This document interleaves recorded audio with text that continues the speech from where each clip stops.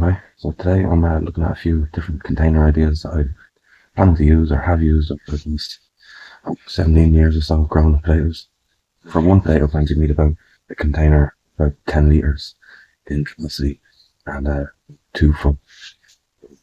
The old mayonnaise buckets, for example. Just about squeeze one spot plant in that, but they're not going to be huge potatoes. I've had moderate success with that.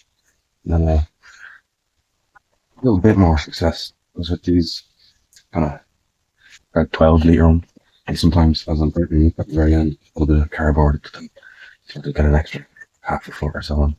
And then that all starts breaking down anyway. But by that time they're not really ready to harvest. So I've had like surprisingly successful harvests of these, and then at other times I've had disappointments. So that could be down to the other variables like the hot mix, the nutrient content, the weather, and so on. But the fact that it's worked out well at least once, well, more than once, but the fact that it's worked once shows that it can work quite well, given enough care and attention, of course. And there's also these large tubs. These are probably the best thing to grow in. See, they're about a foot and a half or so, but again, I put some cardboard up around the sides of it, and inside it, in fact, is this has holes in it. I found this on the side of the road years ago.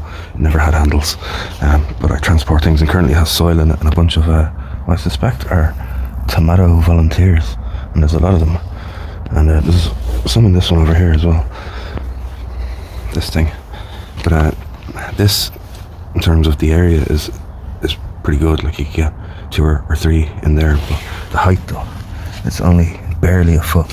So I've never used these, and I wouldn't plan to either unless I had some sort of a stacking situation, which is a good idea for limited space areas, but that's not what I'm looking for right now. There's a volunteer mustard, perhaps, possibly, or possibly a mustard be most likely candidate, right? I'll keep an eye on you. But back to this big boy, like 35-40 litres, that's ideal. I've successfully grown like certainly 2 plants, but 3 plants as well. You could maybe even manage 4, but I've noticed the odd time if I'm growing 3, one of them will kind of fail, and I don't know if that's them out competing for nutrients, and maybe that particular tuber wasn't the strongest to begin with, but definitely that's what you want. And if it's a little bit taller than what this one is, that'd be even more ideal. But what you don't want to use, the likes of this thing, is about 8 litres or so.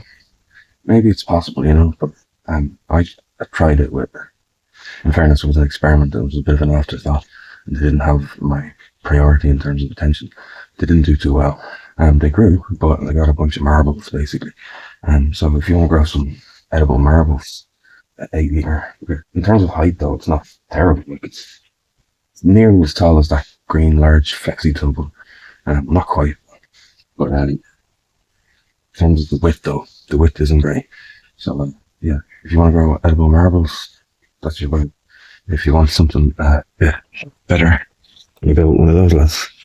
And I've never tried those fancy bags you can get online or in the garden stores or any of the stacking things. I've thought about the stacking things before, maybe just using pallet wood, very basic, about like a foot in length each piece, and stacking them up as you're earthing them up, drilling them and mounding them up.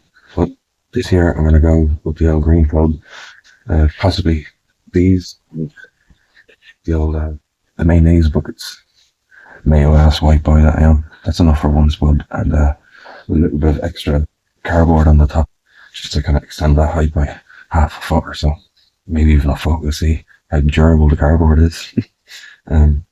Yeah, that's how much mayonnaise I go through in a week.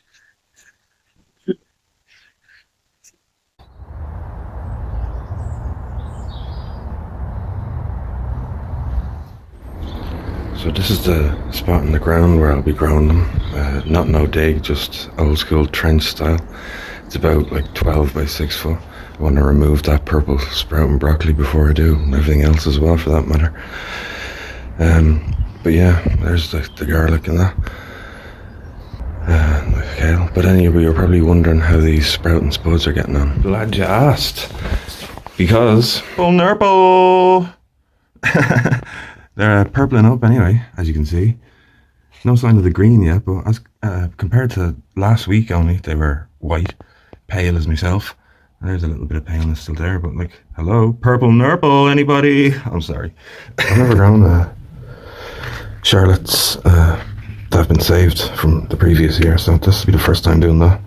But so far, so good. It could be worse, definitely. And I've got my container situation sort of mapped out more or less, and the space as usual. So we're pretty much on track, I think, to be growing some spuds this year.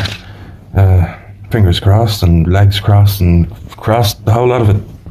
There they are, sprouting away. It's not too late to do it yourself if you want to. All you need is a tub or a couple of tubs and a few spuds. You could even try some shop bought potatoes. They were the first ones that I ever grew.